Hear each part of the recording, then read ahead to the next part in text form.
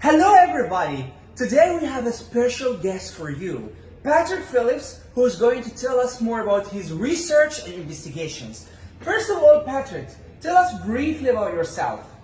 Well, I've been interested for most of my adult life in community journalism, independent journalism, anti-war activism, and so there's just been a continuation of learning different readings for different narratives for things that take the world by storm and that dominate the media, and peeling away the lies and looking for the truth.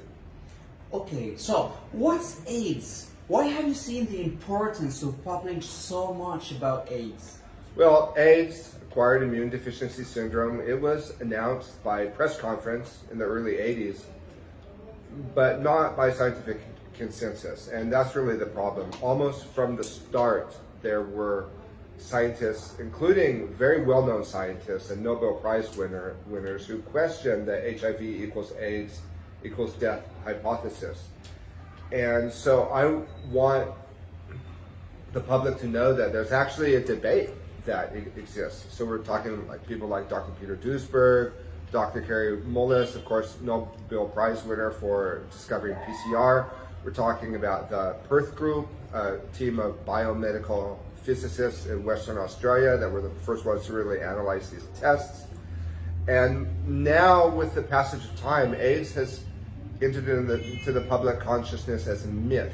But this is where we got the idea of the asymptomatic carrier and an epidemic of a new test along with a toxic treatment that became so central for our lives over the last few years. So believe it or not, AIDS has relevance because they dress rehearsed us, they warmed us up for this 40 years ago. And so it's very important also to ask about whether or not viruses cause disease. And there's a lot of scientists that are now saying no. Okay, false flag terrorism. What's this concept of false flag terrorism? I've heard you talk so much about. Well, this is also something that has very direct bearing on our lives today.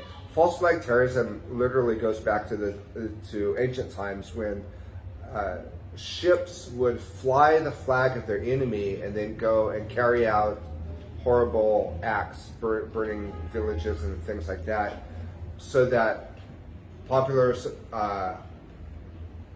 opposition could be mobilized against official enemies.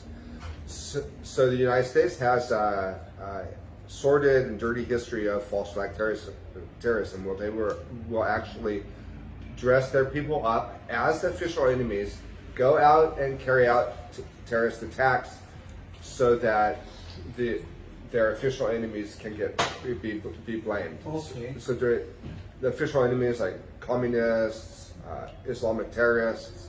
This is the classic false flag terrorism, where literally in the past they were flying, ships were flying the flags of their enemies and going and carrying out terrible attacks. The best example I can think of false flag terror attack is September 11th. Okay. People actually wanted to know more about mind control. So could you tell us more about mind control and MK Ultra? Well, MK Ultra was a mind control program of the CIA that started in the 50s. Wow. And then in the 70s, in the American House and Senate, in the Congress, there was an investigation that was led by Senator Frank Church, and they uncovered a lot of what the CIA had been doing in the field of mind control. It became very clear that the CIA was working on the ability to make remote control assassins, literally to be able to zombify somebody, to be able to take over their will.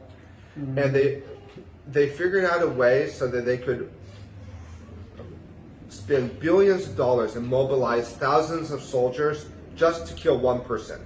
Wow. So a lot of the famous assassinations of political figures, of politicians, of music activists of the 60s and 70s fits this pattern of MK Ultra, and they have it down to an art so that when these assassinations happen, they appear random, but if you dig down, they have the the prints of the CAA and this MK Ultra experiment. And there's a lot of information available about the practical applications of mind control and what the CIA has been doing with that.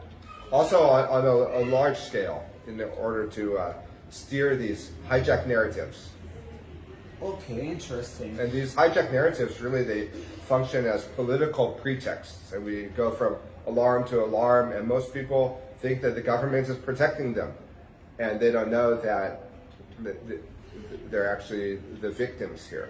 Okay. Finally, at the end, I'd like to thank Patrick Phillips for his valuable information. And we're looking forward to seeing you in the next episode. See you. Okay, bye-bye.